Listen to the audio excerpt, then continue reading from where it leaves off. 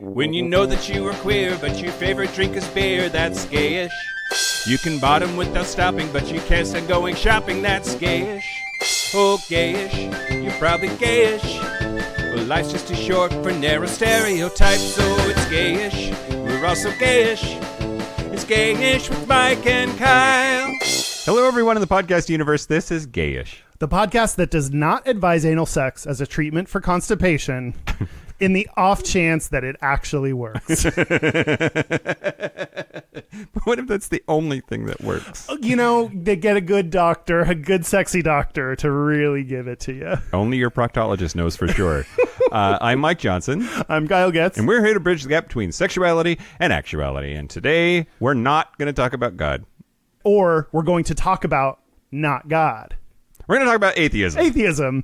What is it and what it means to us? And I'm excited. We've talked Sexually? about... I'm physically, sexually excited. I'm ready to go. Got a God boner. An anti-God boner. A not God boner. A scientific boner that could be provable if measured and studied. Great. Unlike God. But first, I would like to say... Okay. Oh, it's still Pride Month. Happy Pride. Happy Pride. It's... How's everybody's Pride doing? Yeah. Asking rhetorical questions. Oh, okay. So we totally missed the boat on this, mostly because we're bad planners. Yep. And for Pride Month, we are having a rainbow of guests. Yes, you said that phrase earlier, and I loved it. It's beautiful. And yes, we are having lots of different guests on this month to talk about a variety of different subjects. Guests every episode. So many guests, they're going to be coming out your ass. The most sexually disgusting way of describing this. Yeah, no, we're having guests. I think, is it going to be literally every episode this month? Every episode in June, yep. Which is funny. Which is this month. So, yes, what you said. Yes, confirmed. Yes, we're excited. The LGBT plus community is a smorgasbord of smorgasborders. And we're going to waterboard you. I don't know. And we're excited to talk to a lot of different people and with a variety of different backgrounds and interests and things about them that we're going to talk about. And so on this one about atheism, we're going to talk to a friend of the show. That feels like a big friend. Whenever people say that, it's like friend of the show. I don't know. It just feels fancy. Our special relationship. I think we have a special relationship with Sarah from SarahTalk podcast. Yeah. Yeah, so she is a very avid atheist. Yes. And also she's trans, and we're going to talk to her about atheism, I'm sure. We're going to ask her about being trans, and that's an important topic in our community today. We've been on her show, and she's been on ours. She has not been on ours. We've been on hers a couple of times, and you've been on hers twice. There was once where... it was about the election or something, and I was like, this is a great one for you to talk about, because I don't know what is being elected or whatever. No, I'm really excited to have her on. Yeah, she's like, being atheist in Florida is like being... There's no atheist. It's like being atheist in Florida. That's the metaphor, because it's like so out of place for their community. Yep. Being atheist in Florida is like being... a Floridian in Florida? Nobody's from weird. there. It's like being the Loch Ness Monster in outer space. Like, where? This isn't where I belong. And like the Loch Ness Monster, God doesn't exist. Wow. Right at the bat. Wow. We're getting to it early. But first, I want to say thank you. Oh, wait. Did we say enough about... So we're having a lot of... Should we say what the topics are and guess? Or no, we should leave that a little bit of a surprise. You're always worried about what if it doesn't work out and we have to cut an episode. What if we're we're having we're having Michael B. Johnson on the episode, and Hillary Clinton will be here next week, everybody. But if it doesn't go through, then her brother dies and we can't have her on anymore. Does she have a brother who just died today? Oh, shit. Or yesterday? Really? Yeah. Oh, sorry, Hillary. She listens, you know. Yes. Yes. Hey, girl. So you'll just have to stay tuned and listen for more guests. Mark Traphagen, whose name I now know how to say right, was on talking about late bloomers. So we're really glad he was on, and we're excited for y'all to hear all the guests we have coming up. But I want to say thank you to a few of our Patreon supporters. Yeah, we appreciate you. Delia von Dollenberg. What? No. It's like if someone made up a... I'm going to start calling myself Mike Von Johnson just so it sounds fancier. I love it. It's like you're part of the Sound of Music. It's like you could twirl around on a hilltop as well. Sure. Zachary Goforth. Did I say his name already? I think so. Go forth and multiply. Okay, go forth and I'm going to remove you because we already said your name, maybe. Or I never know if we like just talked about people. Well, and since we didn't drop an episode that we recorded, now I'm in this space of like, did we say Did that? we say that Have on the people heard episode us that say doesn't? that? Yeah. Zachary, you have a hot name. Go forth and be hot named. Yeah. And again, another one that I don't know if he's so active in our Facebook group or if I've actually said his name as a Patreon supporter, Paul Meenan. Oh, yeah. Whom I've mentioned a time or two, and then he sent us a message and was like, hey, I appreciate you like being cautious about saying my name and like whatever. I give you blanket approval to talk about me. Here you fucking go, Paul. And he said my last name is Mean None. Mean None. Which is really smart way to like, I will and did remember that. So something about Meanin makes me think about Jar Jar Binks. I don't know. The topic has changed. We're now analyzing that because it's confounding me. Misa lisa Minan. Something like that. Is it because Jar Jar Binks is it's also horrible? So Paul Meenan, lots of people send in dick pics. However, he is by far the largest volume of dick pics that I've received from listeners. we should have like Gayish Agenda award winners. And most dick pics goes to Paul Meenan. Paul Meenan. Come on down. Fuck 'em. Come on in. Hey, Paul. Thanks. Cool. Thanks, everyone that is a Patreon supporter. We appreciate you, and you're better than other people. Yes. Be secure in that knowledge. Yes. But first, as well, do you want to do the news? Let's do some news. Yeah. Great. Okay. So, let's talk about straight pride. Do you want to talk about straight pride? Okay. I didn't know if that was... You do a lot of great news stories where like some are the ones that have been all over, but a lot of them are like things I didn't even know about or like, you know, things from all over the world.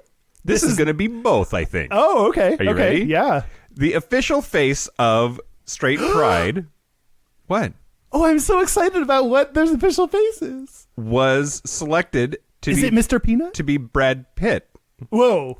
Huh. Yeah. So Hollywood actor Brad Pitt, however, has been removed as the mascot for straight pride because he demanded that the group stop using him as their mascot. That's what I was thinking. I was like, I don't know much about his beliefs, but I just somehow thought he might be down with the gays. Nope, they just chose him and started putting his picture on things, and then he is like, no, don't do that. Okay, this might reinforce my like preconceived ideas of straight pride when they're like, hey, here's a super hot guy that can represent us. You know, like, you know. Yeah. All right. Yeah, All right, straight people. Yeah. We see what you're doing. This poster represents us. Yes. What do we want on us?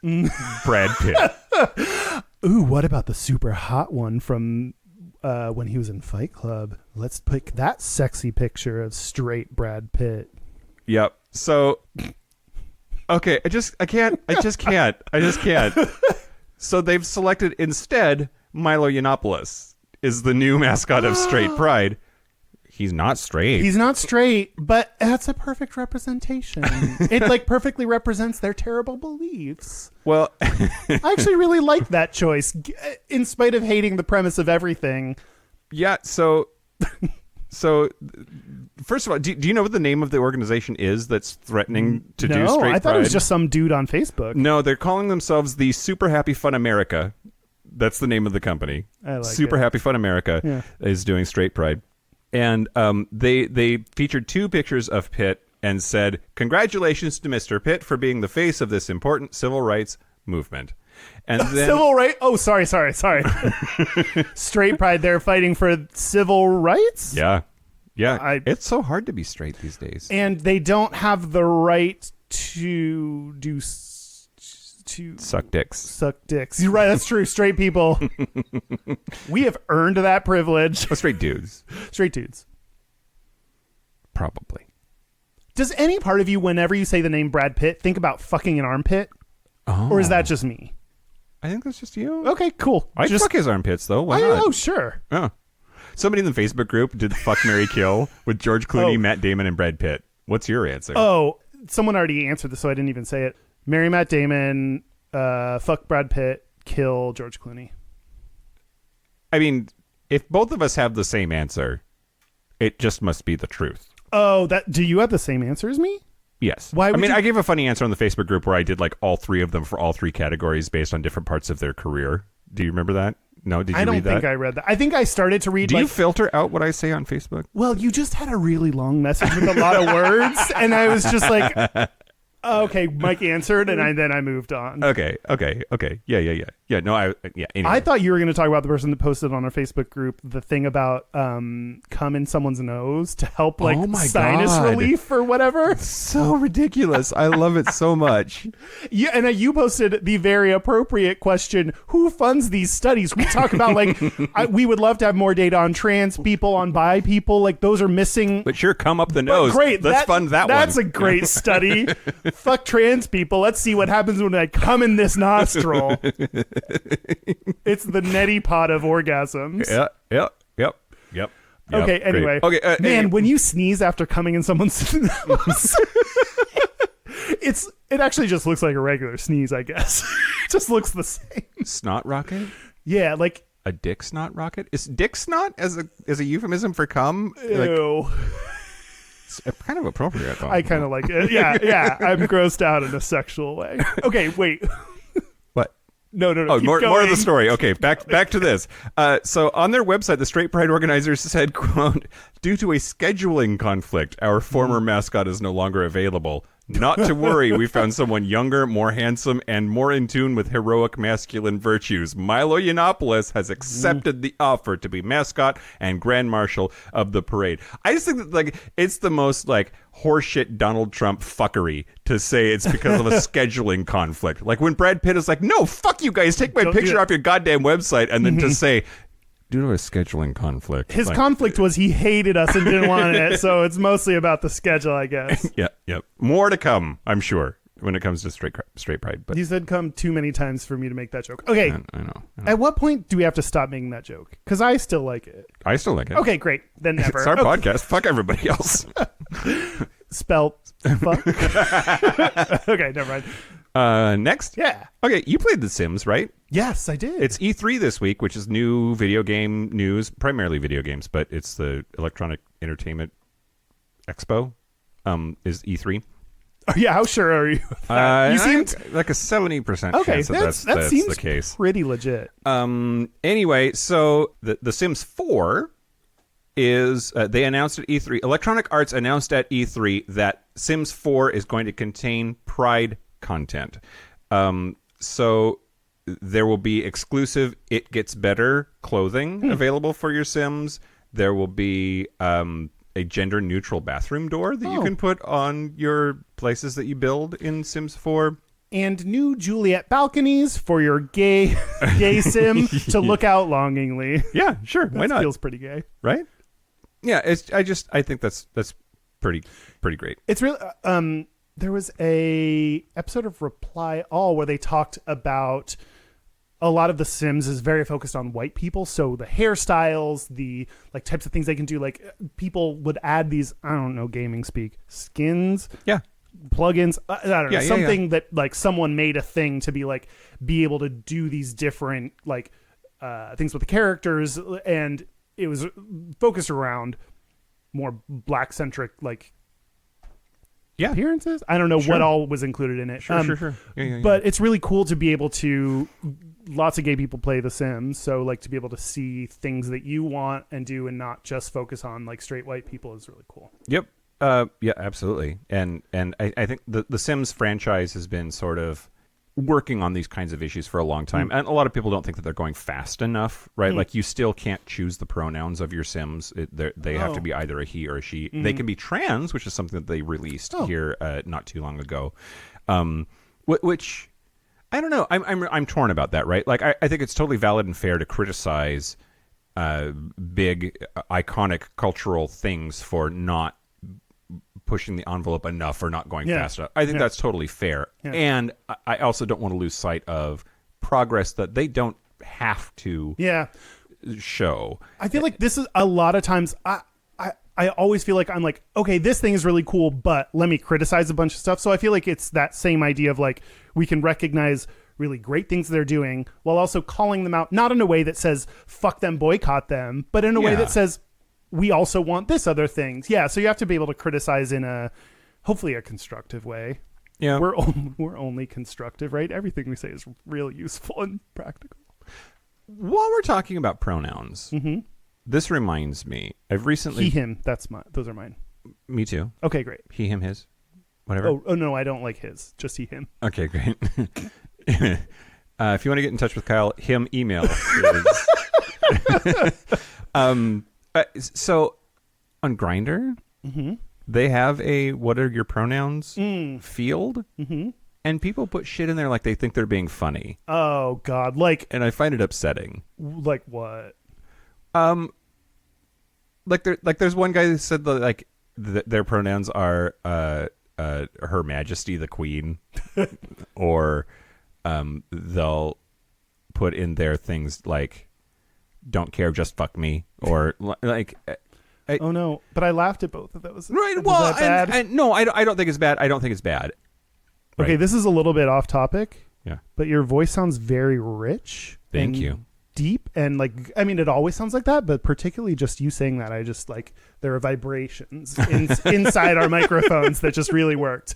We did fuck with our sound settings today. That's true. I think it must. Who knows what's going on? Yeah, no, I upped your bass. No. There's a knob that says sexy, and I turned it up. Oh, damn it! I turned mine way down.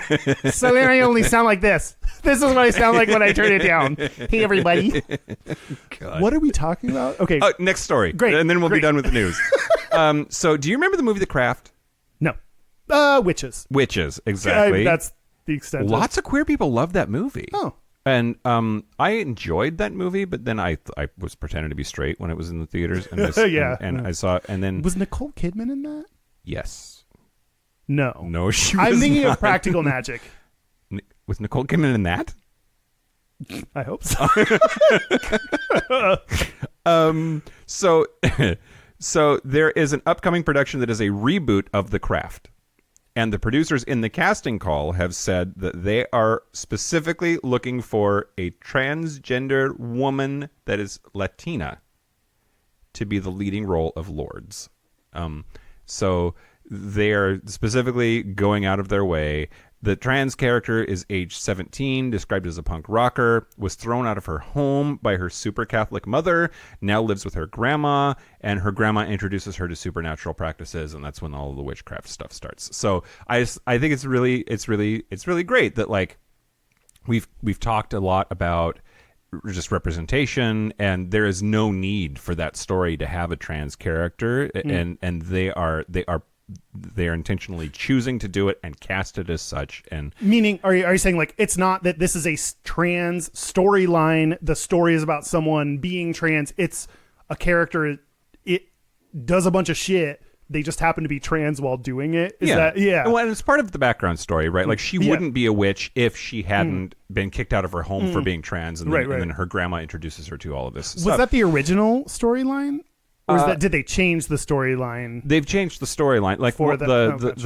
The main character sort of in The Craft has this is a redneck, lives in a trailer park and has a super abusive home situation, and so she gains empowerment from witchcraft as sort of this way to regain a sense of power and control over her life. Yeah. And oh, sorry, you said The Craft, you meant Cinderella.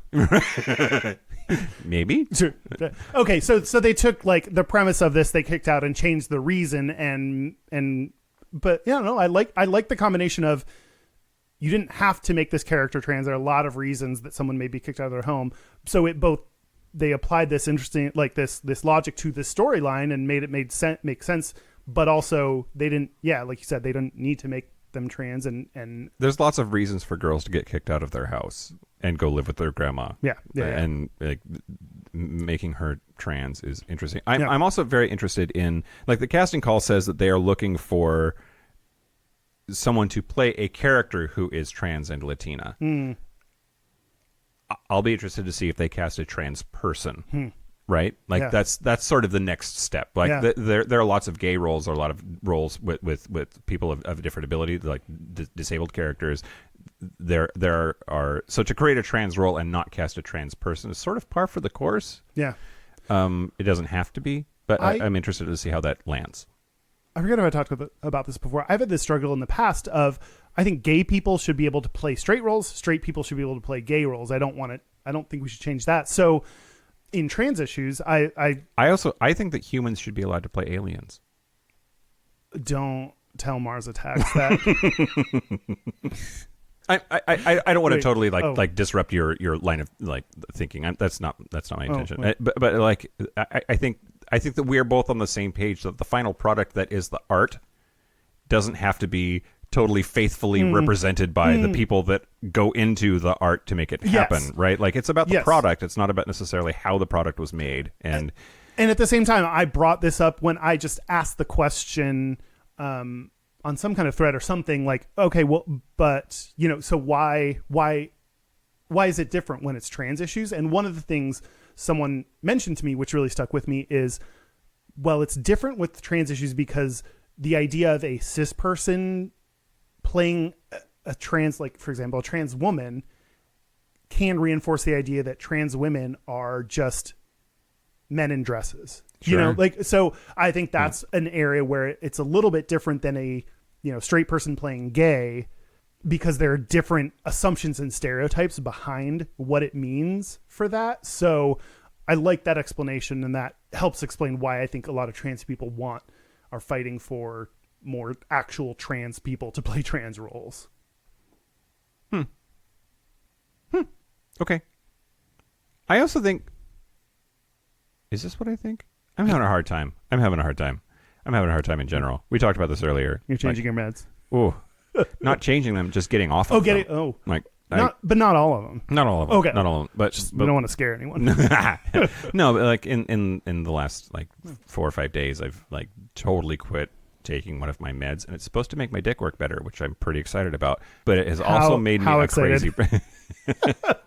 Noticeably.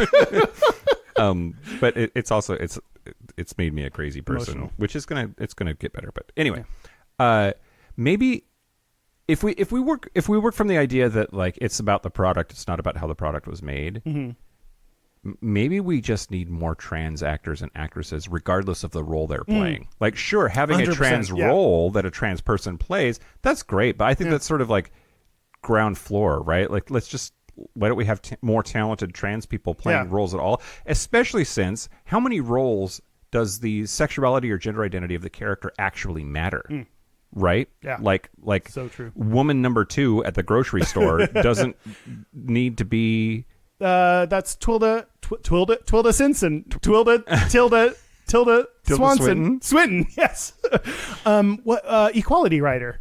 That's like goes, what you're talking about is the whole thing of like, let's have I forget, secondary, tertiary characters or something in everything should be representative of the general U.S. Yeah. But also, yes, I think in a perfect world, in a hypothetical, theoretical world, anyone should be able to play trans or cis. Anyone should be able to play gay or straight. But we're in a world where there are not enough that trans actors are not being cast for things. So, like you said, like easy trans people can play trans roles and also other things. But like that's a good starting point. So that's probably, the hypothetical world where anyone can play anything does not exist because we're at a place where trans people are already at a disadvantage. So yeah, no, it makes a lot of sense. Great. We solved it. We did it. We did it. That's the news. Hey, Hollywood. Listen up. Pay attention. So do you want to talk about atheism? A little bit.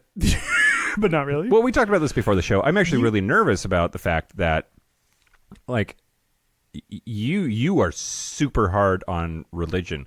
which is interesting for a number of reasons to me. But like, I think the first that comes to mind is you are so exquisitely sensitive to other people's thoughts and feelings on almost every other topic, and on this one, you give zero fucks. Yeah, like it's so interesting, our dynamic of what we care about and what we're worried about offending people on. Like, yeah, this is the one thing where I'm pretty cool with being like, fuck God, you know, and like that. And I think that makes you, and I feel like part of the reason I feel comfortable doing it is like, there's the rule in comedy that you're allowed to make fun of the kind of the more privileged people. Yeah, sure. And so like, if you're gay, you can make fun of straight people. If you're black, you can make fun of white people. And it's different about white people making fun of black people.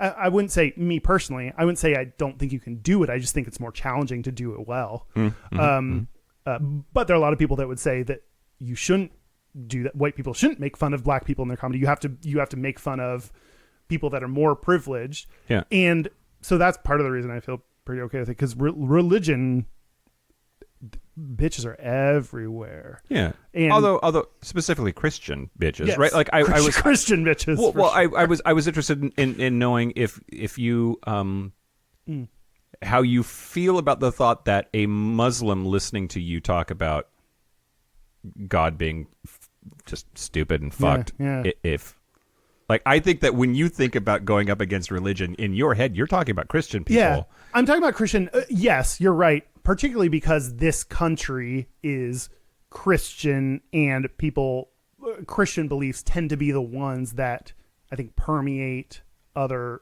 areas of society that they shouldn't. Like, it's a diplomatic way of saying that the Bible has fucked everything. But yeah. But I think it would be actually unfair of me to exclude other religions from that. Like, yeah, I think every other religion is fucking dumb too. The one that I like, which actually one of my best friends is this religion, is Baha'i. Baha'i. Yeah, which is, it's almost like someone. Baha'i there. You want to smoke this? Because I'm fucking Baha'i. It's, I mean, the way it was described to me is almost taking a look at all the religions and trying to bring them together. And it feels like a more modern take that tries to distill out the positive things about religion. And it's all about love, and they accept gay people. And it seems very accepting and positive. And I like that. That's the only religion that I've heard that to me is like, oh, that seems positive. But all the other ones, I'm like, this seems, this at least all the other ones impossible. with which you are familiar. Yeah, totally. I mean, I think it's interesting to me that the reason this is a gay-ish topic is that so many gay people, particularly because this is a Christian dominant country, have been totally excluded from whatever their upbringing was. That religion has been so shitty to them their whole lives. Their families have rejected them. They have had horrible self-directed homophobic thoughts because of the religious tradition that they were brought up in. There are a lot of gay people that are atheists, right? Like, how many like other than Joseph Peters Matthews, who's a goddamn priest, how many? I just said goddamn priest. Anyway, how many? You're getting either like hit by a car or like lightning or murdered for sure pretty soon if God is real, which he's not, so it's fine.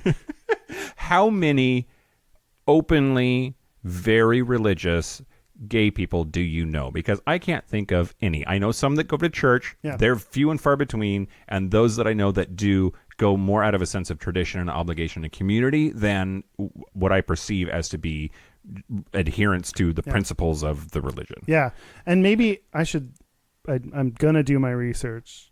Fine. Later, I'm gonna see if we can. We can talk about it when Sarah's here too. Yeah, we're recording this before. I never know how much of the mechanics of the podcast people care about. We're recording the day before we're actually talking to Sarah, and so I haven't done any of my research. So I'm wondering if I'm going to find stats on the suspicion. I feel pretty good about this, that gay people are going to be more likely to be atheists than straight people. I'll see if I can find any data on that. But I do think, like, I make fun of religion a lot, especially the institution. That's the main thing I want to make fun of, like, is the institution of religion. I think most of the religious people I know follow like what I view as the actual beliefs of religion, which is love people, be nice, do good things. You know, there's a lot of really great things if you actually think about it and learn from religion. The institution itself fucks shit up real bad, especially for gay people. So yeah, I want to be making fun of the institution and maybe some of the ideas because they don't totally hold up to science because not everyone. Well, so is that true? I was just going to ask you if that's actually true, right? Like, doesn't hold up to science. Like most people, no, can't have virgin birth. I'm super down with that part. Back up one topic. I don't know that you do want to respect the spiritual rather than the institutional concept of religion because you are an atheist. Like, let me back up. For a long time I called myself an agnostic, which agnostic is really just like, well, but that's like a pussy term. Like, I don't think so. That's just saying, well, I don't know. Like, it's like it's a philosophical shrug. Ayn Rand's third book. No, well, okay, there's also atheism and agnosticism are not mutually exclusive. There's atheist agnostic, there's theist agnostic, there's two other things. There's atheist gnostic? I don't know. Gnostic? I don't know. Those two things are often misrepresented as like you are either atheist or agnostic when they're not necessarily the case. Maybe that's part of the thing I'll research. Yeah. No, some fine education that could be had on this podcast. Some calibration of vocabulary would be useful. Calibration of vocabulary. That's pretty much what I said in equally as smart of terms. I also wonder, this is the part I don't want to be contributing to. It's almost like when you talked about the Beyonce episode, it always comes back to Beyonce. Mm-hmm. You were like, if I say I don't like Beyonce, all the gays are like, what the fuck? If someone says they're religious, I don't want them to feel like I'm like, what the fuck? You're stupid. Like I hate, like I get why people are religious. I get the value of religion. I get like there are a lot of great things about it. I don't want anyone to feel judged or negatively. That's not my hope or goal. And my personal belief, I believe you can be a great. Joseph Peters Matthews is a great example of a person that does religion real well, you know. Yeah. And I support that. I'm glad he's doing what he's doing, and I don't want the idea that like someone tells everyone they're religious. It surprises me when gay people are religious, because I think in my mind a lot of the ideas are conflicting, but I support them in that and think people should be able to believe and do what they want. Yeah. Great. Except not sell cakes to gay people. That like I don't think that. Oh yeah. They should be able to do some things except when they start a business and decide they're gonna offer goods and services in a public forum. Yeah. And then totally. So when we come back, we're gonna have Sarah. What the fuck's her last name? Austin. Sarah Austin from SarahTalk. From SarahTalk. But you think of her last name as Talk, don't you? Yes. Her name is not Sarah Talk. That would be a really good last name for her, but Ms. Talk. If you're nasty. Yeah, we'll have Sarah on. I'm excited to talk to her and have her on our show. We're longtime podcast buddies, and we'll talk more about atheism. Great. So should we take a break? Let's take a break. I'm going to pray. I hope you're somewhere praying. Also comes back to Kesha. Always comes back to Kesha. Break. This is the part where Mike and Kyle take a break. So are we back? We're back. I love this part. We are here with Sarah from SarahTalk, the SarahTalk podcast. Thanks for being on, Sarah. Hey, thanks for having me. When I think atheism, your name jumps to mind. That's true. You firmly established yourself as the atheist in charge in my head. Was that your intention? Do you feel good about that? Like, do you not care? The flag of non-belief. So just tell us a little bit about whatever you want so we get to know who you are. Let's see. I'll give you the Reader's Digest version of the story, I guess. I grew up in a very small town of about 1,400 people. I had a high school graduating class of 32. Shit. No stoplights, 8 churches. Wow. And you could stand at one church and throw a rock at the other church, right? We didn't do that. But, maybe only mentally. yeah, right. Well, and it's funny too, because like there wasn't division among the denominations. Like there was Methodists and Baptists, and I went to a First Christian church, not a lot of Catholics, mostly Protestant brands. And so I went to this First Christian church that, my parents took me, but they weren't serious, I would say, about faith and church. Like it wasn't something that we talked about outside of church. We went to church on Sundays and, Sunday school and the whole thing.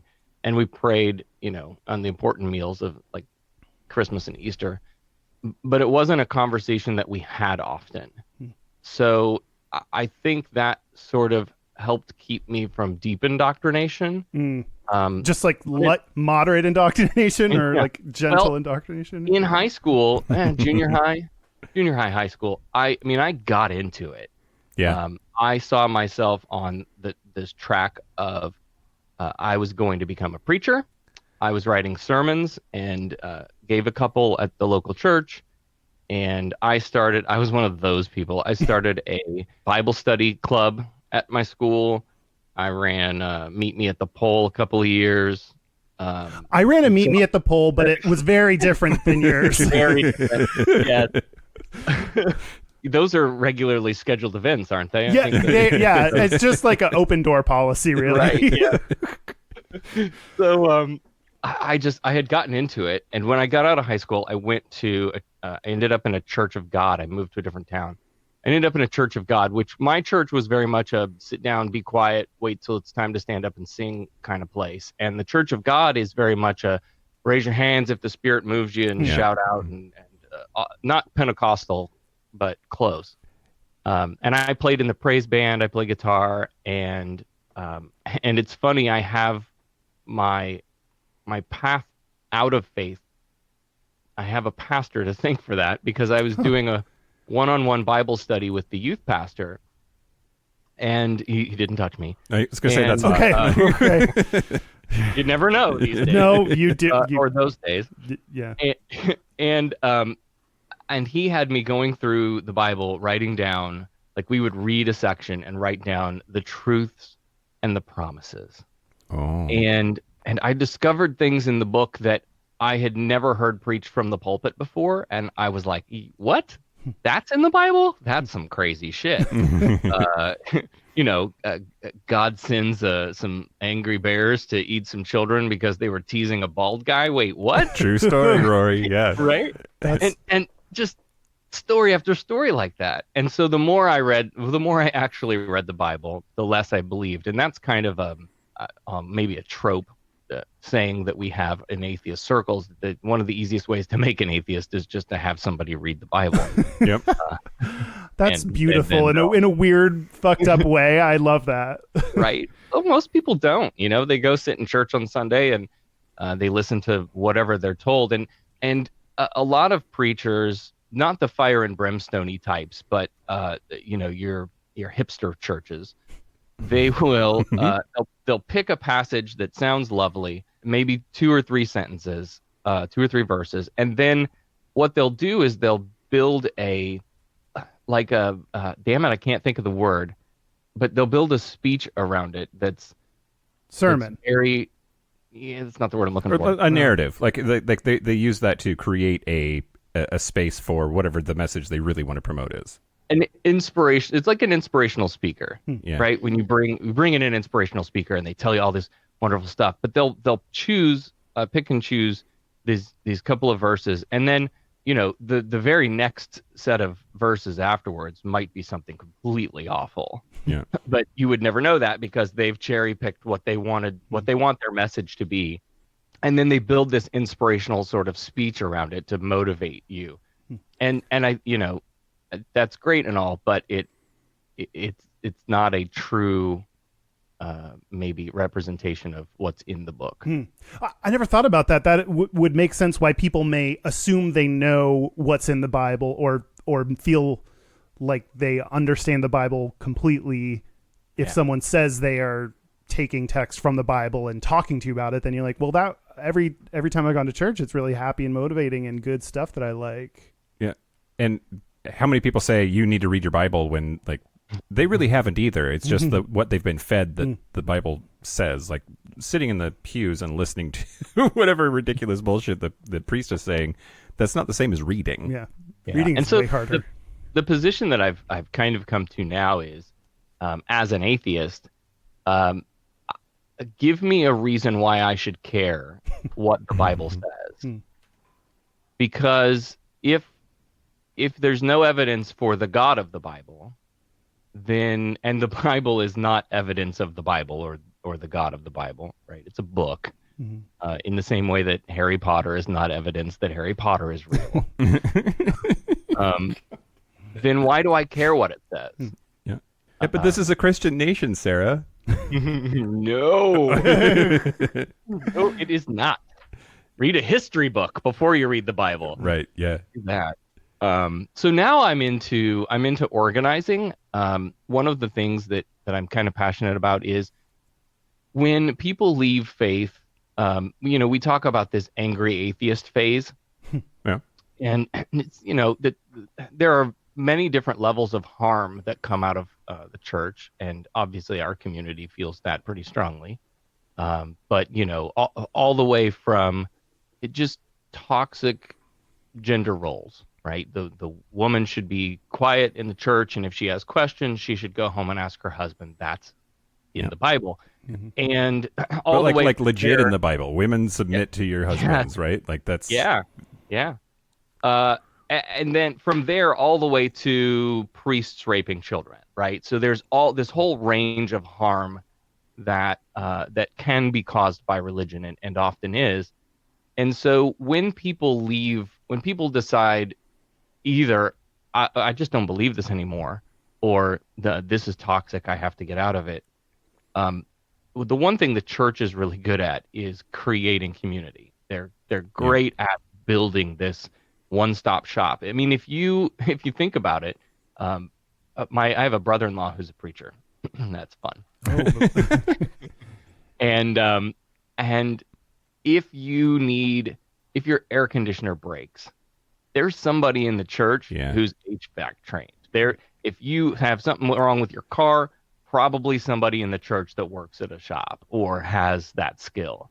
Yeah.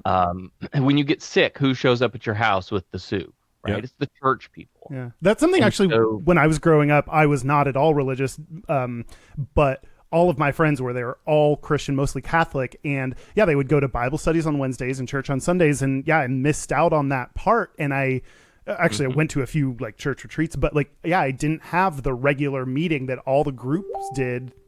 Oh, hello. That's Jesus calling. He's here and well.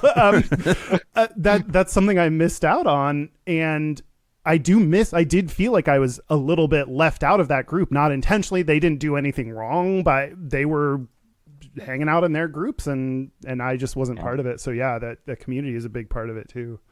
Yep. So what are we doing as atheists to create a similar community structure without all the dogma and the baggage that comes along with it, without the superstition? What are we doing to create a landing pad for people who are starting to question their faith or have decided, maybe I just don't believe in that, to go? Because oftentimes, and we've talked about this on the podcast on SarahTalk several times. Becca is a former Jehovah's Witness, my wife. They're hardcore. And and they're very much like, if you step out of line, they shun you. And I mean, if you accuse a brother of touching you inappropriately, they bring you in the back room with this panel of old men who run the congregation, and they ask you all these intimate questions. And then they cite scripture again, which says if there are not two witnesses to a crime, then no judicial action can take place. Well, how many of those crimes take place in front of witnesses? Yeah. That's okay. Wait, is this Brett Kavanaugh's hearing? Are we redoing that? I don't like that for victims of rape or sexual abuse, but sometimes I would love it if It meant that the crime didn't happen if there weren't two people that saw. There are many red lights I've ran that I didn't actually run anymore. Sorry, I thought you were going to go the other direction. Oh. Like you're getting railed. You want two witnesses. Oh, can I get two witnesses here? This sex is so good, it should be a crime. Come on in. Come one, come all. Spell come. You know how it's spelled. You know how it's spelled. How did I miss that one? I want to ask about, especially because I wanted to ask you anyway, but you started talking about like gender roles based on the Bible. So being a trans woman, like how did growing up religious affect your kind of self-awareness or ability to come out? Or, I mean, I'm already anticipating what you're going to say, so I'm like, I can stop there. But like, just how did religion affect that? I may surprise you. Oh, My religious experience and my gender identity experience didn't really intersect much, which is sort of odd. I think maybe because I got out of it before I started dealing with the gender stuff. got it. Like, so I started feeling different during puberty. Right. And trans people have all kinds of different experiences. Some people, you look at like Jazz Jennings, and she knew from like 2 or 3 years old, I'm a girl and stop calling me boy. Right. From the moment she learned that there were differences between male and female, she knew that something wasn't right. And that wasn't me at all. I grew up a very stereotypical sort of boyish life. I had the G.I. Joes and the He-Man, and I was into all of that stuff, and we played wiffle ball out in the backyard, and like all the stereotypes.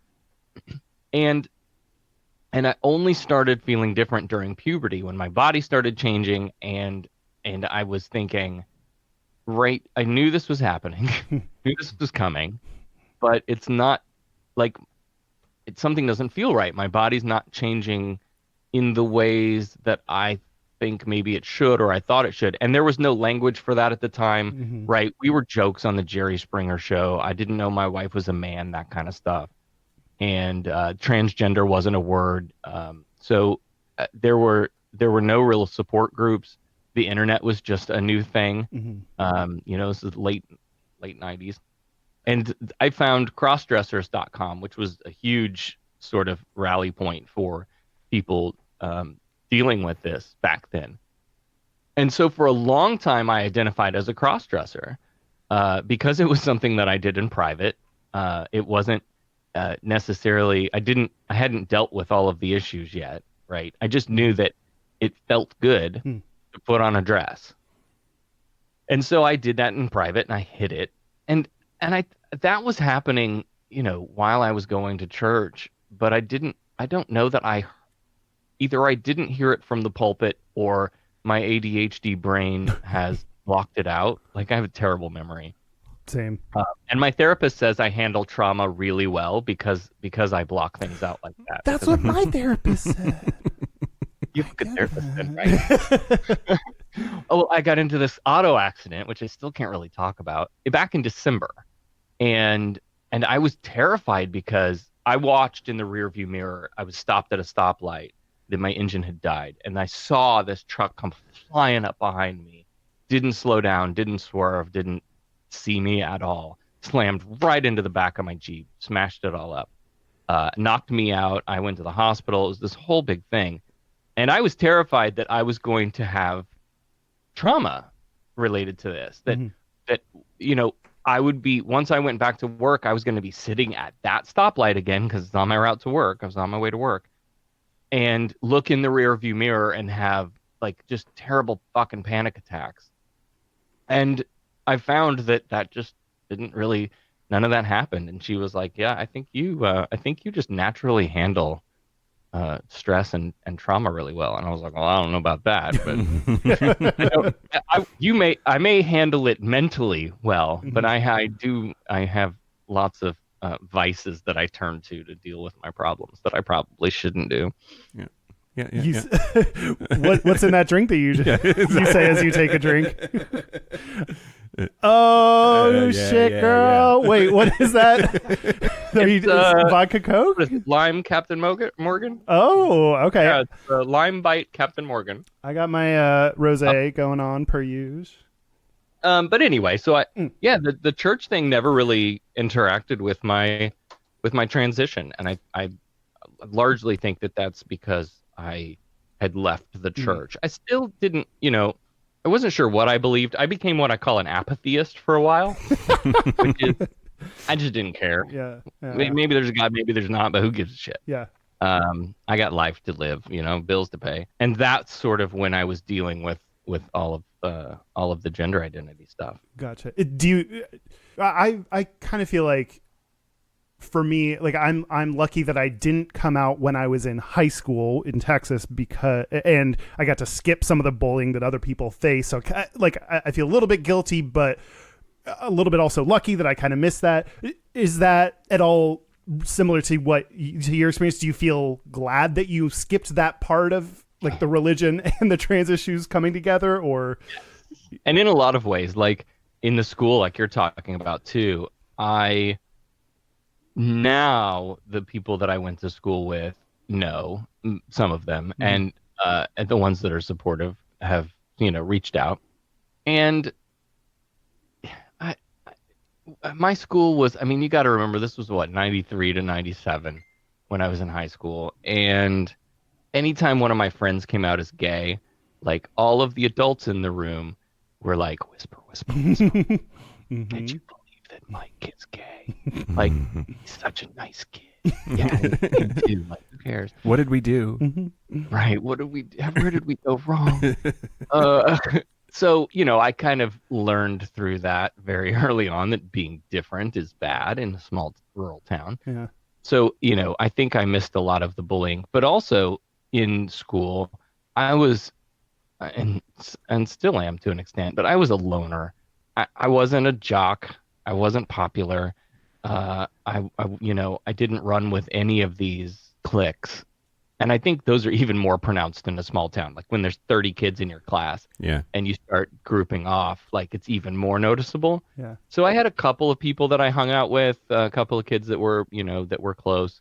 But for the most part, like I would go sit in the band room during lunch, and instead of eating, also not healthy, instead of eating, I would just play around on a piano or, plunk around on a guitar and sort of self-teach myself different things, and alone, because I didn't feel like I belonged. I didn't feel like I fit in with any of those people. And so that, when I look back on that time, I look back at like high school reunions coming up, and there's a small part of me that craves that. Like I want that, but also I have no desire to go back to that little podunk small town being who I am and dealing with a lot of those people again, because I don't know how they would process it. And I mean, we're talking about so many people who never left this small town, or they maybe they went to college for a little bit and came back, but like there generation after generation after generation of families in this place who, it's a farming community, and they never leave. Yeah. And I credit a lot of my being able to come out to the fact that I left. I grew up in a little town called Zilla, and it's like they had less than 2,000 people when I was growing up there. So like a lot of that is really familiar.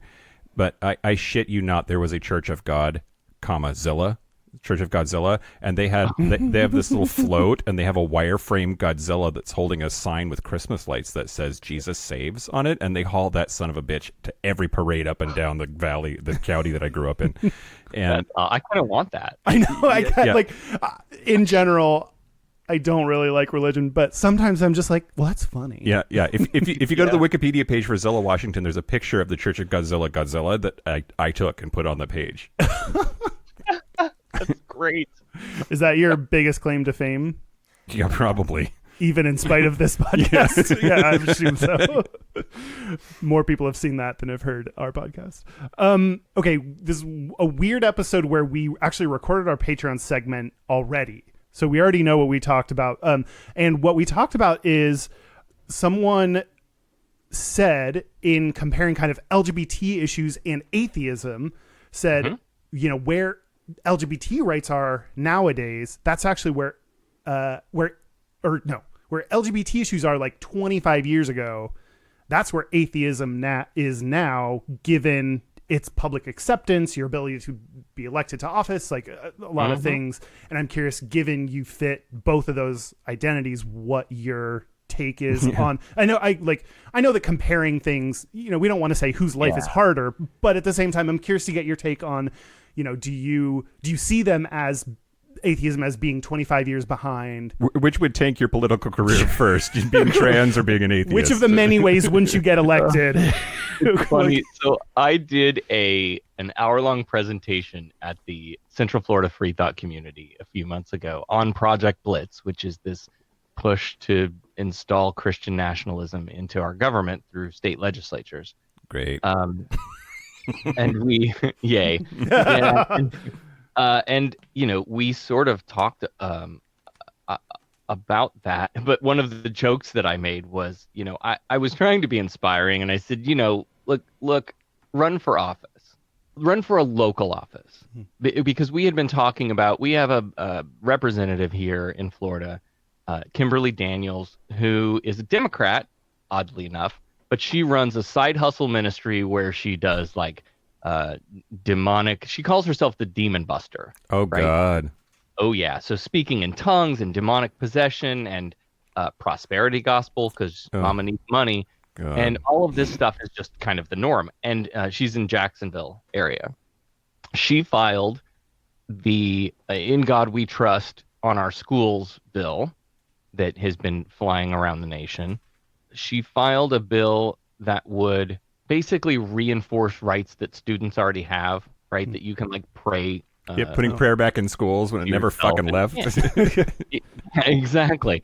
And there was one other. And then this year she filed a bill that would require all high schools, public high schools, to offer a class on the Old Testament of the Bible and the New Testament of the Bible. And somehow this was supposed to be a secular course on the study of Scripture.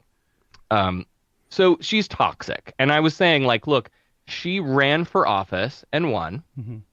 Then she ran for re-election and she won her primary race by like 1,500, 2,500 votes, not a ton.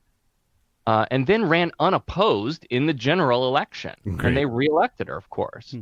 So, like, if crazy Demon Buster lady can get elected, you can too. Like, just run for something. And so then I made the joke, like, you know, I've thought about running for a local office in the county that I'm in. It's very red and very redneck, rural, very Christian. Trans person running for office here, like, oh my God, are you kidding me? Is Florida election law, would it allow you to run as a Republican? I think that would be so great. I think I would just have to change my party affiliation, right? And then, oh my God, could your hand physically do the change, like write the paperwork or whatever needed to? I feel like your hand just might shake and explode if you tried to. I don't think so. Okay. Don't think I can bring myself to do it. So sort of the state of atheism in America today. And let me maybe step back a minute and say, we want to define our terms. And when we're in conversation with people, I like to let people define their own terms, right? So if I'm talking to a Christian, they say, I'm a Christian. I immediately get an image in my mind of what that means, and I'm usually wrong. So tell me what being Christian means to you, right? So what being an atheist means to me is atheism is the rejection of a God belief, right? It's a lack of a belief. It doesn't tell you anything else about me. It just says on the question of every God that has ever been suggested by humanity, I don't see the evidence for it, and therefore I don't believe. Slight sidebar into agnosticism. If you want to be the pedantic type. Oh, we do. We actually talked about this, the difference between the two. So I'm happy you're going into this. We talk about theism is about belief, where Gnosticism is about knowledge. And so if you're talking about it philosophically, I'm an agnostic atheist. I do not have knowledge that there is a God. I don't have knowledge that there's not a God. but on the lack of evidence, I do not believe. I can't bring myself to believe in that God. So I'm an agnostic. Some people will use the term agnostic just, as sort of as its own label, as a separate than atheist. I'm not atheist, I'm agnostic. Yeah. And if you probe through a little bit and poke, get the questions in there, odds are they're atheists. So is it? And then people also say agnostic when they really just mean ambivalent, right? Well, that's what. And then it's interesting you mentioned that. What was the word that you used? Yeah. Which is interesting. Like, that's what I think a lot of people think of when they're saying agnostic, which, including me, when I said I was agnostic, that was just like, Right. Yep. So what would just to help me understand, what is an agnostic theist? You don't claim to have knowledge of God, but you believe. Okay. So like it's okay. You said okay. Now what you're saying is thinking knowledge versus belief. I can believe whatever the fuck I want. Right. I see no evidence of things, but I believe that unicorns ride on stacks of 10 and make honking noises with their mouths. So I can believe that all I want. Sure. That's my religion, just so you know. It's called unicornism. It's beautiful. Okay, so where do I sign up for that? I know, it's lovely. Wait, Mike, does that need to send me money? Because that's a hard. That's fine. Well, I would love to get into the like telling people that they can get to heaven if they send me money. I mean, that's a pretty good high profit margin business. Right? And you would think like that's just the most obvious huckster scam. Yep. Like of all time that anybody should be rational enough to see right through that. And yet the same little old ladies that give their all of their savings to QVC in the middle of the night are also throwing their money at Pat Robertson and these crazy televangelist people that are, selling coins with Trump and Cyrus on it or whatever. Yep. So anyway, sorry, but the state of atheism. Okay, yeah, we went off track a little bit. Yeah, I do that. So we have an issue now. When we formed our atheist organization, so we just formed a nonprofit, 501c3 nonprofit here. It's called the Atheist Community of Polk County, and so we're trying to build that community for people of like-mindedness to come to and be able to hang out together. And we bring in a speaker every month at our meeting to educate ourselves, and then we do like park and roadway cleanups, and we're going to get involved with a charity that helps homeless and in transition students in our county, in our county schools. And so when we started getting into that, the local newspaper reached out and said, "Hey, we'd love to do a story on you." And we were like, "Great, oh God." Because I've seen the people in the comment section on their Facebook, and so we kind of knew what to expect. And so, there's this idea out there, again, right, letting people define their own terms. There's this idea out there that, atheists are immoral baby eaters, that, we have these blood sacrifice rituals and all kinds of crazy nonsense. That's obviously none of it true. Mm-hmm. We do have a morality. We just don't necessarily believe that it's dictated by the divine. And we have various ways of sort of defining that and getting to it. But so there's still this stigma out there in the general populace, and religion teaches it, right? It's back to the Bible. Read the book. It tells you how terrible atheists are. And so one of the things that we're trying to do is doing those things out in the community to sort of help change the perception of what an atheist is, by being good neighbors and good citizens and stewards of our communities. And so there's that component of it that we sort of have to change. It's one of those things where, like, if you get to know someone first and then you find out the other thing about them, right? Yeah. It's what I said earlier about, can you believe that Josh is gay? Can you believe it? He's such a good kid, right? So you have this perception, and then a new variable is introduced, and the cognitive dissonance sets in. So if you're an atheist and you're not out, And it's not something we just wander around screaming to everybody. Hi, I'm Sarah. I'm an atheist. Yeah. You know. Then again, if you told me you did that, I wouldn't necessarily be surprised. I'm just gonna say that. I mean, I do kind of wear shirts and stuff. Okay. But you know, Yeah, you if have to your come out neighbor, about if your neighbor has this idea of you that, you know, I mean, you're the person that they call on when they go on vacation. Hey, can you watch our house and make sure that, you know, everything's cool and nobody's breaking in and whatever, and can I borrow your ladder, and that sort of stuff, and you have a good relationship, a good, you know, sort of neighborly relationship with people, and then invariably, depending on, and this is very geographic, but a lot of times when you move into a new neighborhood, you get welcome to the neighborhood, where y'all go to church. Yep, where do you go to church? Yep. Where do you go to church? And, you know, you play that off as like, you know, well, we're just kind of feeling things out and haven't really found you know, not really sure what we're doing yet, right?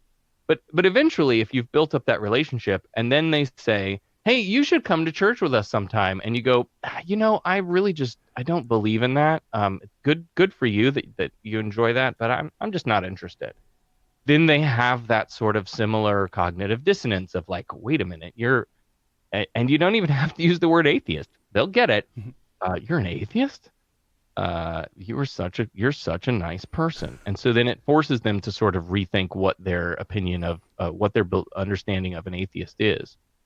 So that's one thing that we have going on, is just sort of that grassroots interpersonal understanding of what an atheist is. And I've been working really hard with our group. And we're new, and it's on Facebook, and, you know, so that's where discourse goes to die on the internet, right? And so we've had a couple of people come into the group and then like rage quit because they got dogpiled. One person came in and they were MAGA hat wearing Trump supporter, and they believe that life begins at conception, and abortion is murder. And there's a technique called street epistemology that I love, and I've never heard of that. It's from a book by Peter Boghossian called A Manual for Creating Atheists. And don't let the title turn you off. It's really just a conversational method where a person makes a claim, and then you sort of gently test that claim by asking questions. Right? Because we know that psychologically there's a thing called the backfire effect, where if you say abortion is murder, and I go, but here's all these studies, here, look at my evidence, I have research. What that generally does is it sends the other person deeper and rooted into their belief, rather than getting them to open up and, you know, be willing to take in your new evidence. And so this is a method of Socratic questioning, where you just, you know, so, you know, what's the most important thing? You know, what's the most important reason why you believe what you believe? And when you play that out in the God belief sort of tract, you get, you know, some standard answers. But what it really usually comes down to is faith. And so then it becomes a way to test whether faith is a reliable method for knowing truth. And there's a couple of techniques that come along with that. The outsider test for faith, right? You'll get, oh, well, you know, I was raised in it. Okay. If you hadn't been raised in it, would you still be a Christian today? Oh, probably not. Okay. Well, maybe that's not your primary reason for believing. What else? Right. And so then you kind of go down this series of questioning, and you'll get, the Bible, and I believe the Bible, and well, what if you found out that the Bible wasn't necessarily reliable? Would that change your belief in God? Nope, I would definitely still believe. Well, we haven't found the main reason yet. And so you kind of keep digging and get down to the main reason, and a lot of times it comes to faith, and then the question becomes, if I were to sit down with a Muslim and a Hindu and a Christian and an atheist, and you're the Christian, and you were raised in the belief, you have a book that teaches you all about the things that you believe. Maybe you've had personal experiences that you attribute to this God. Next to you is sitting the Muslim, who grew up in the Middle East and was largely raised in the belief, was taught at a very young age by their parents, just like you. And they have a book that teaches them about their belief, their faith, just like you. And they've probably had some personal experience that they couldn't explain that they attribute to Allah. And they believe that Muhammad flew to heaven on a winged horse. Like, you have so many, it shows that you have so many parallels between all of these different religious beliefs, and they're all using methods that are not necessarily reliable. And so the question then becomes, the Christian, the Muslim, the Hindu, you all have a belief, and you're using similar means to get to your belief, largely faith. How can we tell which one of you is right? How can we tell which one of you is more correct? Is it possible that you're all right? And most people will say no. Some people do believe that God is all of these gods. But most people will say no. Is it possible that you're all wrong? I can't imagine that being a easy question for a lot of people to handle. But you sort of, and these happen on the street. Like, people go out with GoPros and YouTube stuff and make these videos. But it can also just happen organically with the people that you know, once you sort of learn the questioning technique. And you never, like, you try to stay neutral. You don't want to really, like, this is my position, I'm not going to tell you what to believe. I just want to understand why you believe what you believe. Well, that reminds me of something. One of the most interesting things I heard is someone saying, like, most religious people are also atheists because you believe in your own God. Like, you may believe in Jesus, but you don't believe in about 100 other gods out there. Yeah. And right? like that 3,000 in history. Really? Yeah. Like, that includes like Zeus and stuff. Oh yeah. Yeah. They're like a ton of gods out there, and you believe in one and not, 2,999. I just don't believe in 3,000 of them. Right. So there's this social thing, is my point, I guess, is the sort of, this, the grassroots people that the people that you interact with, and having those sort of interactions to help change things. And that helps the bigger problem, which is right now the evangelicals are trying to ram their beliefs up our ass at every state legislature and some in the federal. And so I mentioned Project Blitz. I don't know if you guys have talked about that, but it's a 140 some page document that was made by the Congressional Prayer Caucus Foundation Incorporated. And the idea was they could just hand this to legislators, and it's ready to file legislation, pre-written legislation that they can just sign their name on the bottom and file into the legislature. And it's things all the way from,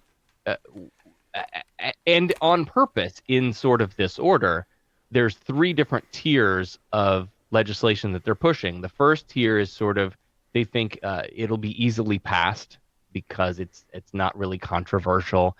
And that's things like putting In God We Trust on our schools. And I mean, it's the national motto. What's wrong with In God We Trust? And then out of one side of their mouth, if you're in court, they'll tell you, well, that's ceremonial deism. We're not really talking about, quote unquote, God or any specific God. That's, just a generic thing. It's ceremony. It's just been that way for years, as if tradition makes something right.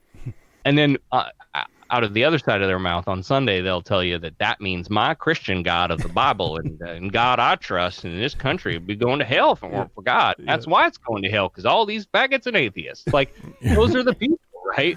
And they're the ones that keep electing these asshats who will go into the legislature and happily file this document that, again, the first level is sort of benign. They think will easily pass, and then the next level gets a little more nefarious, and then, like, the end of that road is stuff that we've been seeing. I mean, they're already pushing this stuff. It's Handmaid's Tale. The end of that story is Handmaid's Tale. Yeah, you're absolutely right. Gideon, let's do it. Yes, if you were running a homeless shelter, you can refuse service to people based on your deeply held religious beliefs. If you run an adoption agency, you don't have to adopt out to gay people or non-Christians if you don't want, because we respect your deeply held religious belief. Mike, did you mean Gilead not Gideon. Gilead. Yeah. There you go. Thanks, Dan. You're on it. I don't know what either of those Appreciate mean. That correction means nothing to me. I only know it because it's the same brand as Prep. Yeah, that's true. Oh. That's true. Every Prep pill says Gilead on it, which is ominous. Yeah. Yeah, that's special, huh? And what's crazy is when you poll Americans, generally speaking, the public does not support these initiatives, but there's money behind it, and people are apparently willing to vote for the people who will, move this legislation forward and support these efforts to roll back our rights and prevent new rights, and it's awful, and we're all sort of here picking up the chips, like, what the hell do we do now? I will share one of the things that we're really focusing on in our atheist group, and it helps that I'm trans, to kind of tie this message together, is that American Atheists, it's the national organization, they have sort of, I don't know if this saying came from them or if they popularized it, but there's a saying, when equality is under attack, atheists show up. And the idea is, obviously not all atheists are queer. Yeah. Right? Yeah. So the question becomes, what is an atheist issue? Right? We established that atheism is just, I don't believe your claim. And I think most of us, some people don't want to claim the atheist label. A lot of people are moving towards humanism. Secular humanism, yeah. Yeah, because that tells you more about what I do believe in, right? Where atheism is just the answer to one question. So, I think there's sort of a movement away from the label atheist. We as a group claimed it in the way that all minority groups, all marginalized groups have often claimed words that had been used against us, right? I can say tranny, but you can't. Yeah. The Do you okay? Sorry, has reclaimed words, like the gay community has reclaimed words, like, and I think the atheist community is doing that too. Oh, sorry. I'm just really, I've never thought about this. I'm curious. Like, I use the word faggot all the time. I love it. It's fun for me to say, but other people can't say it. Do you use the T word yourself for fun or shock value or anything? Very rarely. It doesn't. Very rare. My perception was different than like the N word that or faggot, that like it doesn't feel like a word, yet everyone's like running around saying like right. I was at lunch one time with a girlfriend, one of the lesbians that I worked with at Disney.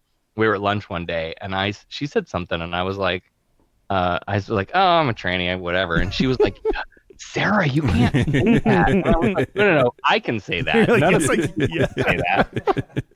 It's okay for me. Yeah.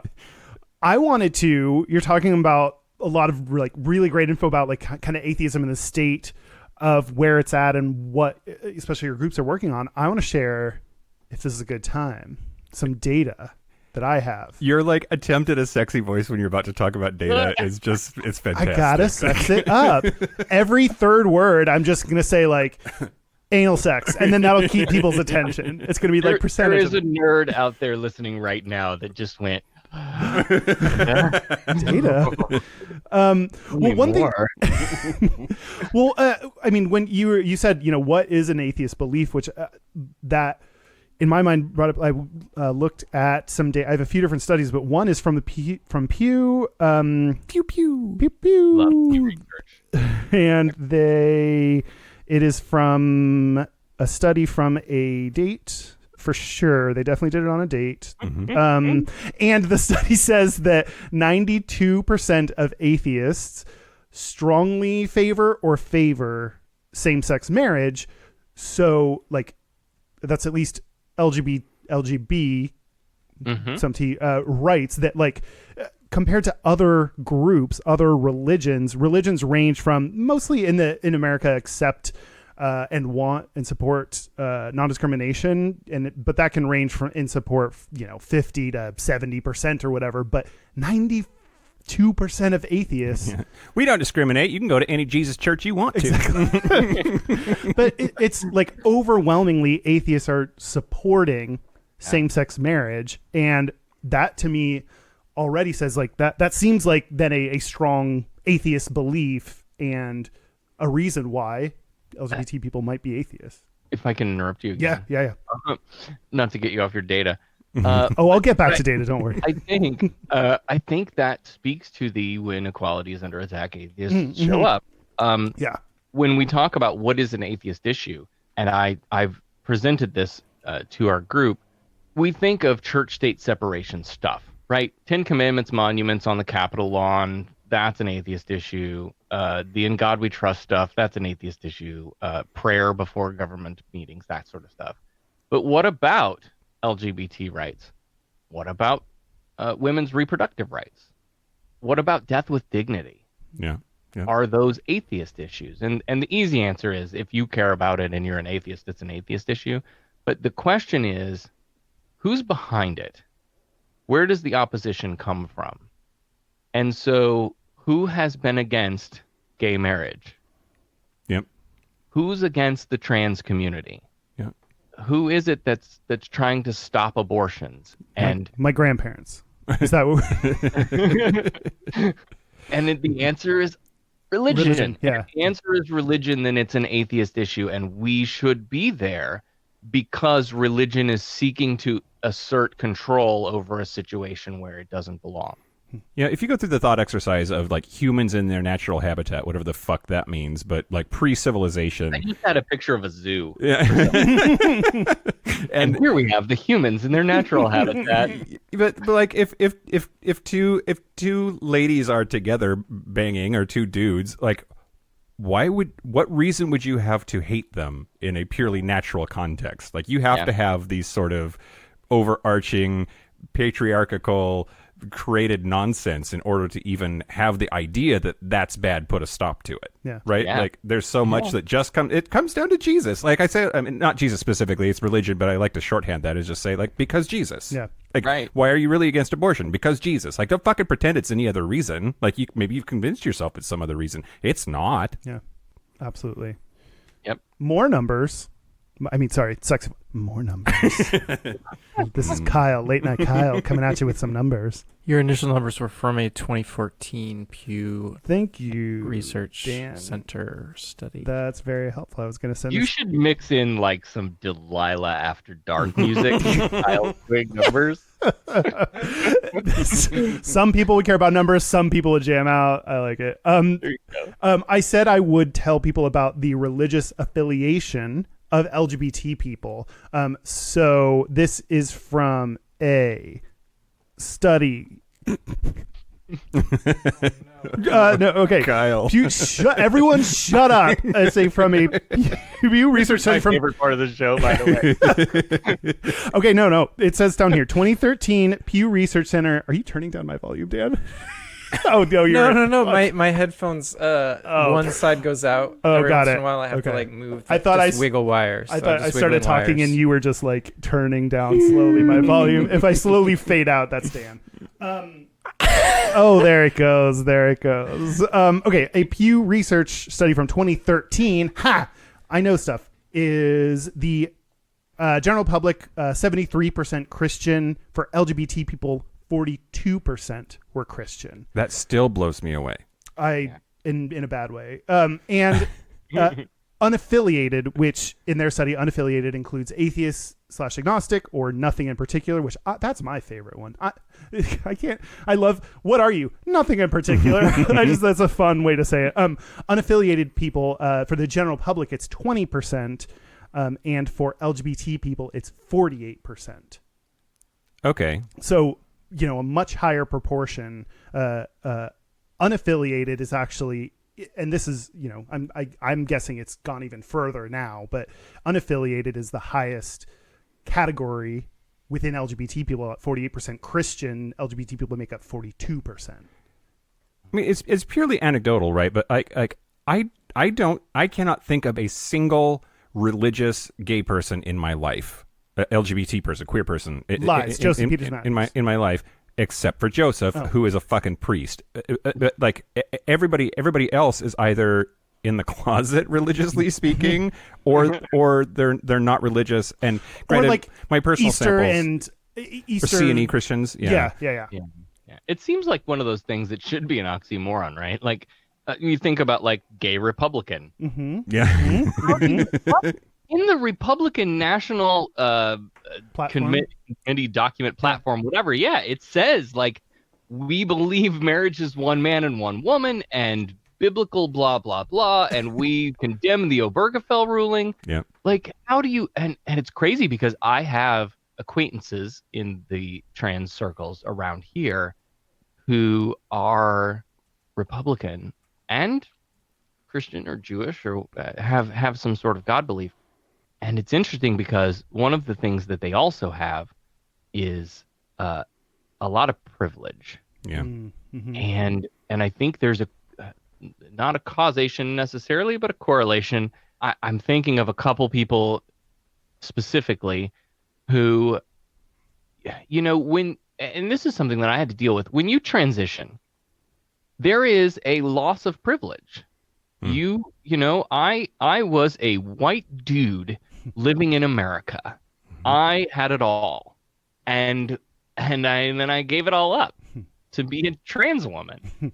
And I don't necessarily I don't know that I can point my finger to like, oh, this is a specific thing that's happened that I've noticed, or this is the thing that I've lost. Mm-hmm. But I definitely feel differently. And to think, we talked about this when Caitlyn Jenner came out, and she had that garbage show where she had trotted out her little friends who desperately tried to make her not a Trump supporter. And that's what we saw. We saw her still clinging on to that old white male privilege of politic. Yeah. And they screamed at her like, how can you possibly support these people who are at every turn trying to take your rights away and make you less than and marginalize you? And how could you possibly identify with those people? And it's just, I think it's this point in between where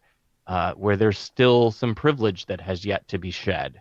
I'm trying to remember the name of the book, and I thought it was around here, which is why I'm looking around, craning my neck like an idiot. But there's a book that I read about a trans boxer, and he was saying that he sort of experienced the opposite, that he encouraged he gained in privilege because and he is very masculine presenting also, and that has totally corresponded with people approach him differently and defer to him more, and but ultimately we're talking about so women, if people aren't listening to you in meetings, have you considered being transgender? It's great. All of this stuff is about women's role in society. So much of it is about these gendered expectations of it's it's an expression of women. Thomas Page McBee's book Amateur. And it's about his journey, and not only as a trans person, but then culminating in he's the first trans person to box at Madison Square Garden. Oh wow! Okay, it's a cool read. But I there's this list. I think, do we talk about this in the top of the show? They're white, straight, cisgendered, male, Christian, able-bodied. Able-bodied. So those 6 things. It's that's the top of the pyramid, and as you pull any of those back, you end up lower on the chain or whatever. Yeah. And we also, with Pete Buttigieg, is what we were talking about. He only has one point against him, so the rest though is pretty solid. So yeah, Mike, what you said, I'm really curious. You said you were going to say something I didn't like.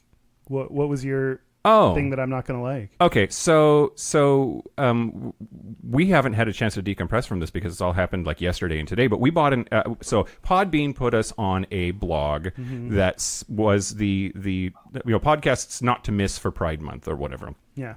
And it was really awesome, and we got a lot of really good response from it just from posting it to our page and in our own personal social media. And then I bought an ad. I used Facebook's advertising, and I put on it, people who watch RuPaul, people who listen to podcasts, people who support gay pride, and a couple of other things, not really realizing that was an or. Any of those things fit, and they were going to get advertised to. So a lot of people who marked on their page that they listened to podcasts saw this And Well, you're assuming that it wasn't the RuPaul listener or watchers, or it wasn't the gay pride supporters. That Right. It had to be the podcast. right. These are people that listen to their church's podcast. You're right. Exactly.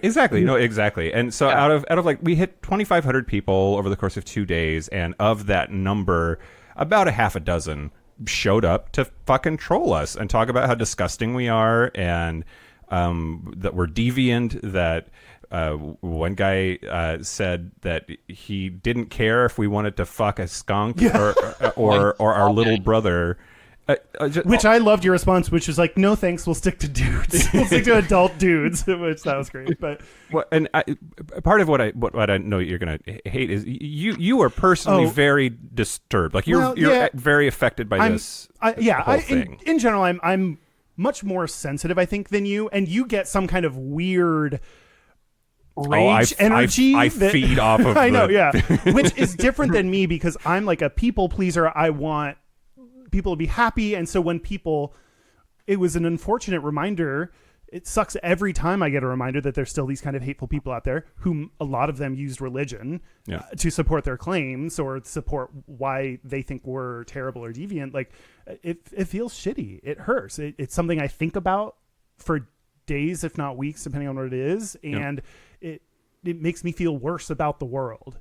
Yep. And there's no, and I feel like part of me is like, I'm an adult. I do a gay podcast, so I know these are issues. I know this is going to happen. I know there are these people out there, and still when it happens, it still hurts and it still sucks. And I almost feel silly that it still does, but I don't have either enough defenses or whatever to kind of just block that out and ignore it, which I wish I could.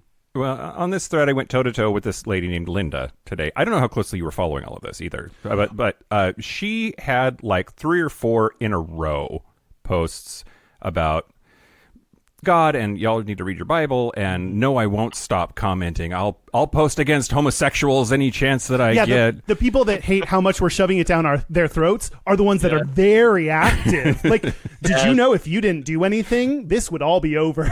That's my favorite. That was my favorite thing. It was like, get this off of my damn Facebook. Well, if you'd stop commenting on this stuff, it'd show up. Yeah. Also, we are not Facebook.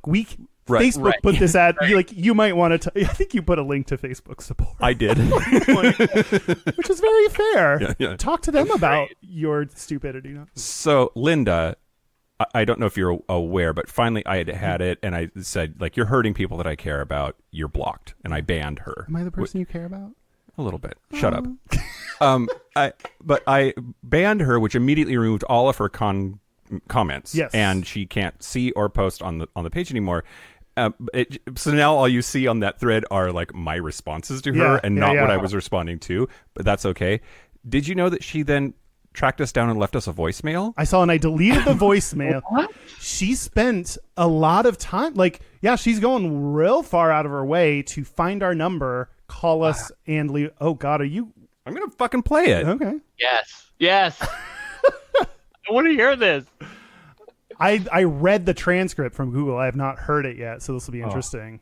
Hey, Gayish podcast. This is Linda from Facebook. Thanks for deleting me because I appreciate it, because you cannot bear to hear the truth.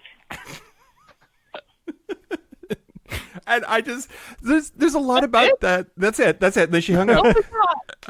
But I don't know whether to be impressed at like her resourcefulness in tracking down that number. I don't know whether to be like, I'm amazed. I can't even speak to like, why did you do that? What are you accomplishing by doing that? Yeah. But to say thank you for deleting me because you can't handle the truth. Like that's not even like a cogent thought there. Was just had to have the last word. I think is it doesn't go any further than that. So when the local newspaper ran a story on us, they came out to one of our meetups, and they sort of heard me pitch like, this is what our group is doing. These are the things we're going to do. And so when that story ran, and it ran with a piece that said, like, I was talking about when equality is under attack, atheists show up, and I said, the people that tell me that I'm not a real woman, the people that say you shouldn't be in the women's restroom, that stuff all comes from religion. Yep. And I expected that to post to their Facebook and for the entire flat earth to explode with like hateful transphobic shit. Yeah. Yeah. And I believe there was only one comment. So many more people were focused on like, you atheists and, you know, your lack of morality and you don't have anything to believe in. And like, I was really surprised that I didn't get more hate for being trans. I was like, wait a minute, hold on. I think you're supposed to be mad about this thing too, right? Yeah. But no, thank you. Like one lady gave me the, you know, oh, well, if you have a penis, you should be in the men's room. And so, you know, I countered back with, so just exactly how do you determine who does and does not have a penis in the restroom? Are you checking people at the door? Like, how does that work in your life? Yeah. Yep. What are the rules and regulations we need to set up as a society to make that happen? Right, because you're not thinking through your argument. What you've just said is a post-op trans person is fine. They can come in my restroom because they don't have a penis. So apparently, having a penis makes you a predator. Right. Right. Well, Like- there's some other things wrapped up in that too, right? Like, unfortunately, it means you're under scrutiny if you don't pass well, which should not be part of the barometer here. Yeah. There's Which like, what I've seen from like cis people that have gotten attacked in the restroom there's because they cisgender don't people present, who like- don't present and end up getting harassed. Like, just calm down and poop. Jesus Christ. Is that the British keep calm and poop? Keep calm and poop on. Last word on atheism? Oh, Okay, so here's my last word on atheism then. okay. We've been all over the place, so I'm okay. Yeah. We really have. We really have. I want to make an appeal to atheists, to the queer community, to queer atheists, to religious queer people. We have to form alliances because we need each other. Like at the end of the day, all of these things that we're fighting for, you know, to retain the right to marry, to prevent the loss of, you know, this trying to make it so that gay people can adopt, all of these things that are being pushed right now. We, the gay community, we, the queer community, we can't do it alone. We need allies, and I think the atheist community and the queer community are a perfect fit for allyship.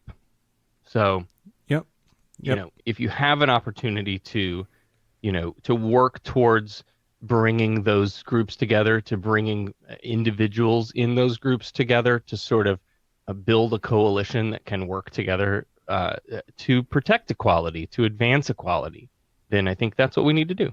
And that's the last word on atheism. I agree. I love it. That sounds like a different segment, like a. Well, yeah, there definitely was like a, and that's the truth. Oh God, was it radio? And that's the other. Oh God, what was that? And now you know the rest of the story. Paul Harvey. Yes, Paul Harvey. All right, new Never segment gotten that. alert. Should we take a break? Yeah, We're going to take a break. let's take a break. This is the part where Mike and Kyle take a break. Are we back? Yeah, We're back. We're back. I love. That's my favorite thing. I love that, Mike. Now you know how I feel when sometimes we're back and You didn't know that we are. Well, I didn't know. Yeah, and then suddenly we are. Yeah, we're Soup's back. We're going to do our gayest and straightest. We're going to do our gayest and straightest. But first, Sarah Austin, where can people find out shit about you and what you're doing? All right. If you want to listen to the SarahTalk podcast, we're on all of your favorite Apple, Google, Stitcher, Spreaker, all the podcast things under SarahTalk podcast. You can go to SarahTalk.com. I spell Sarah properly, so it's SARAH. SarahTalk.com. If you're interested in atheisty things, or you are happening to be listening from middle of nowhere, Polk County, Florida, polkatheists.org is the organization, the nonprofit organization that we recently formed for atheist community and activism. And we're on the Facebooks and the Twitters and all the things that Kyle can never remember to say. All the stuff. And I'll add in a couple things. Well, one, on your show, we have made a guest appearance, so you can go back and listen to us talking to you on your show if you want a good intro episode. Yep. And also, we are both doing Pride 48. You actually introduced us to Pride 48, which now we've been doing, so we really appreciate that. I love that that our time slot is right before yours. I was going to say that. Yes. Get to introduce your. I know. Oh my gosh, are you going to do like, and now here's Jay Leno? Like, are you doing that kind of like thing into us? I have jokes. I got things planned. Oh my gosh. Yay. I'm so okay. Great. So on Saturday, June 22nd, there is the Pride 48 live streaming event where a ton of podcasts each have an hour slot all through Pride, so you can listen to lots of gay shit.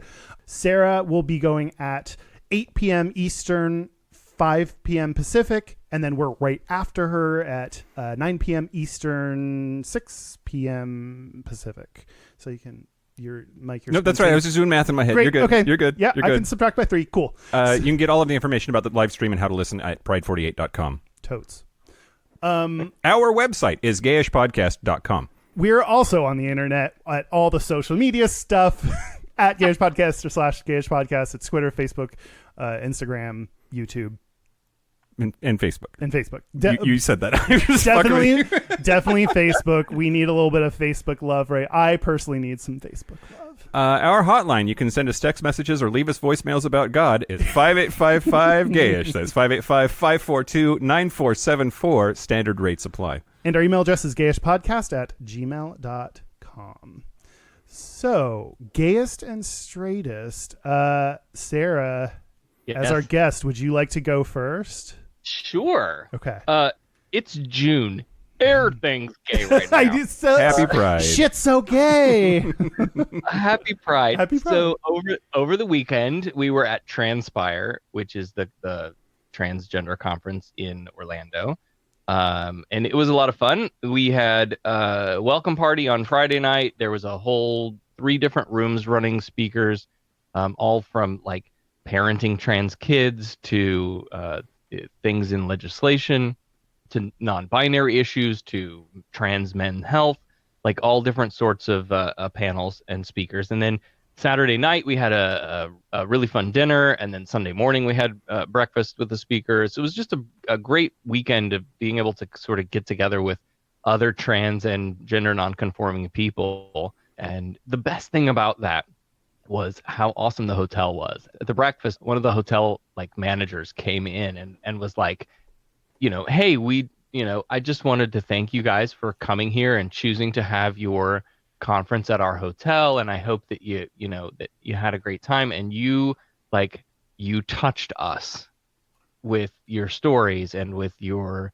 just the love and acceptance that you, and I was like, oh my God, that's great. Like, this hotel is going to want to have us back next year. That's sweet. And I think that's awesome. Yeah. So there's that. This coming weekend, we have our local Pride at Polk Pride in Lakeland, Florida, and we'll be tabling there. And then the Pride 48 live stream. So it's just gay. So much gay. And then my straightest. So we talked about the Jeep accident. Yeah. Back in December that totaled my Jeep, and we had been sharing the mom van for months. Well, finally, a couple of weeks ago, I got my new Jeep. And it's a Rubicon, and it's fucking awesome. I got all the upgrades, like the stuff that I like when I got and the other Jeep was only 5 years old. It wasn't like it was an old Jeep. But after I got it, I immediately was like, oh man, I should have gotten like the Bluetooth package and the navigation thing and all these things I should have gotten. Well, I got it in this one. I did all the upgrades, and I'm really glad that I did. But like talking about how great my car is, sure, the greatest thing going on in my life right now. But it's slightly gay because it's mojito green. Ooh, Beautiful. It's Hey. a coral coat. It's like Kermit the Frog green. I love it. this is gorgeous. We didn't ask you to prepare any of this, and is there a transist thing that you have this week? Is that a thing? Are there these kind of trans stereotypes, just like gay stereotypes? I went to the women's restroom at this conference. I couldn't tell you how many times. Well done. I mean, again, there's another example of, the acceptance that, we weren't the only people at this hotel, but it was swarming with trans people, and it was not an issue, not a big deal. It's refreshing. That's nice. Yeah. Let's see. I'm gonna go. Because I already teased it to the Facebook group. My straightest thing is my dad came to visit me, and one of the things we did is we went axe throwing. So The fact that that's an option is just really. I was gonna comment back on that part. The video of I can't remember it. Somebody was throwing an axe and it bounced back. oh my gosh, Oh, yes, I have seen that. I was gonna post that in the comments. I have seen that. It's terrifying. This place, luckily, I think the ground in that video was rubberish. So the ground is sawdust, and so it's bounced back. It bounced back once when my dad threw it, but it hit the ground and stayed on the ground. Where in the video, it bounced back at a person. Yes, yeah, right back at their head. Yeah. Well, I'm happy to see that you still have all of your. Everything I need is still attached to whatever it needs to be.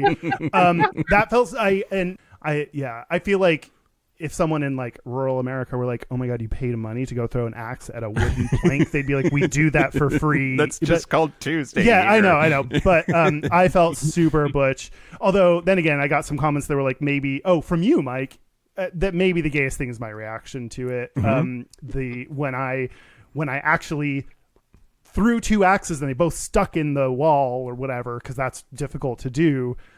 My face was just gay happiness. It's the best way I can describe it. So that's my gayest thing. So the gayest thing about me this week, one of those fucking idiot asshole bigot faces that was on our Facebook ad. I was talking to this person, and they were bitching about all of the tax dollars that go to gay shit, and I was firing back about all of the tax money of mine that goes to shit that I don't care about, like sports ball. And somebody pointed out calling it sports balls pretty gay. Yeah. I stand by that though. I support you. And then the straightest thing about me this week, One Ball Dan is turning 40 coming up here in September. He was on the early days of the podcast. Yeah, I have agreed to go to his 40th birthday, but that is going to include golf and a Seahawks game. So signing up for that shit's the straightest thing on my list for sure. God, golf. That's okay. Yeah, you'll have to tell us about how that goes, and if you win or not. So that's it. A special thank you to Sarah Austin for being on the show today. Thank you so much for joining us. My pleasure. Anytime. Thanks for having me. Yeah. And thanks to Pete Buttigieg. For no reason. Or did you have a reason? Did he do something special to you? Or okay. No. Okay. Would I go there? Yeah. Would bang? You would bang him? Yeah. Okay, great. Yeah. Yeah. Okay, sorry, what? No. This has been Gayish. I'm Mike Johnson. I'm Kyle Getz. Until next week, be butch, be fabulous, be you. See you next week. See you next week. Bye. Bye.